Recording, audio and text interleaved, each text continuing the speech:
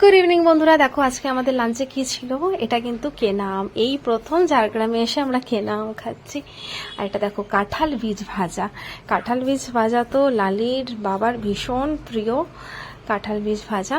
আর এদিকে আর মাছ আলু দিয়ে একটা সিম্পল কষা মতো হয়েছিল আর মাছের, এদিকে লাউমো হয়েছিল। আর এটা হচ্ছে রাত্রেবেলার সবজি হয়েছে রুটির সাথে খাওয়ার জন্য, ঝিঙে আলু পোস্ত দিয়ে। আর এটা কালকে রাত্রেবেলার আলু পটলের সবজি, ওটা বেঁচেছিল। আর এইটা হচ্ছে আমার শাশুড়ি মায়ের হাতের গুড় আম।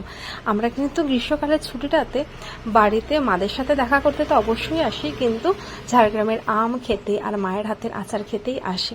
তো এবারে তো আমই হয়নি আর মায়ের শরীরটাও ভালো নয়, সেই জন্য মা সেরকম আচারও বানায়নি। তবে এই গুড় আমটা খেতে দারুণ। আর এখানে দেখছো এই আলু উচ্ছেটা কালো সর্ষে আর শুকনো লঙ্কা ফোড়ন দিয়ে ভালো করে ভর্তাটা বানিয়েছে, এটা দারুণ হয়েছিল। এটা রান্না করেছিল আমাদের দিদি, দারুণ হয়েছিল। আর এটা হচ্ছে আম সর্ষে, এইটাও কিন্তু অসাধারণ।